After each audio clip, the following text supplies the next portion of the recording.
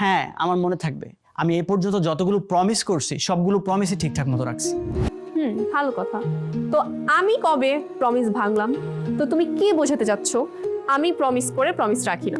না, তো আমি যেহেতু প্রমিস ভাঙি না, তাহলে আমাকে এই কথাটা শোনানোর কি আছে? আছে। তুমি প্রমিস ভাঙো না কারণ তুমি প্রমিসই করো না। বাহ, মানে যা মন চাইলো বলে দিলাম। আচ্ছা শোনো তো, এই বাসাটা ভাড়া নেওয়ার আগে আমি তোমাকে বলছিলাম না যে আমাদেরকে অ্যাক্টিং করতে হবে? বলছো, কিন্তু দেখো মাস শেষে আমরা সমান সমান ভাড়া দিলেও তুমি থাকতেছো বেডরুমে আর আমি কোথায়? কিচেনে। সারা রাত আমার মশার কামড় খাইতে হয়।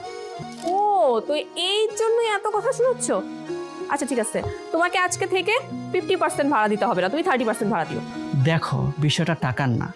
যেটা সামনে ঘটে সবসময় সেটা দেখেই ডিসিশন নেওয়াটা ঠিক না। ঘটনার পিছনেও আর অনেক কিছু ঘটে, সেগুলোও দেখা উচিত। আমি তোমার ওয়েল উইশার হিসাবে তোমার যতটা কেয়ার করি, অন্য কেউ যদি তোমাকে লাভ করে তার থেকেও বেশি।